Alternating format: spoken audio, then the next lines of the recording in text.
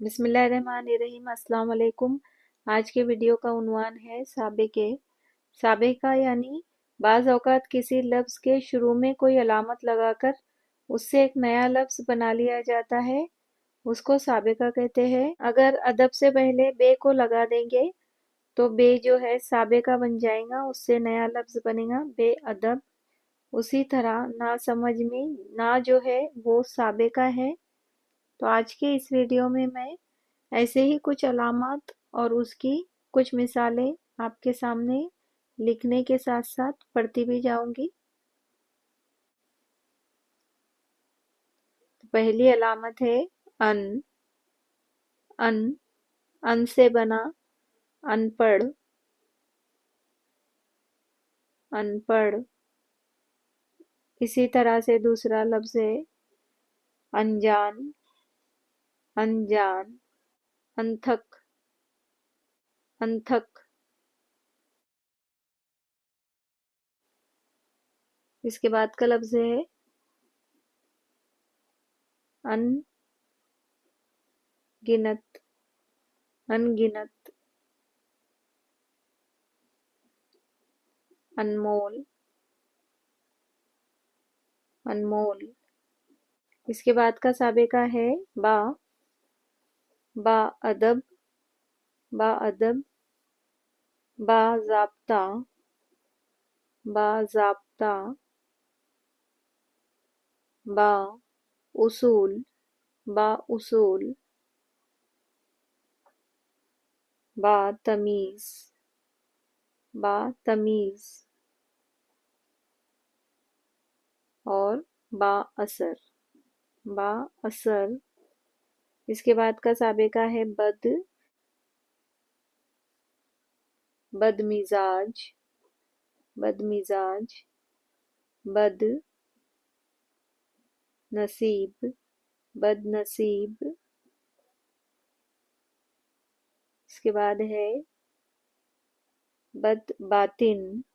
بد باطن۔ بد بخت۔ بد بخت۔ بد صورت۔ بد صورت۔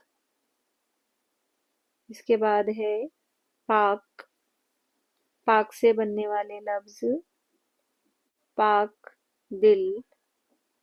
پاک دل۔ دوسرا لفظ ہے پاک باز۔ پاک باز۔ پاک فطرت۔ پاک فطرت۔ اس کے بعد کا لفظ ہے پاک۔ پاک دامن۔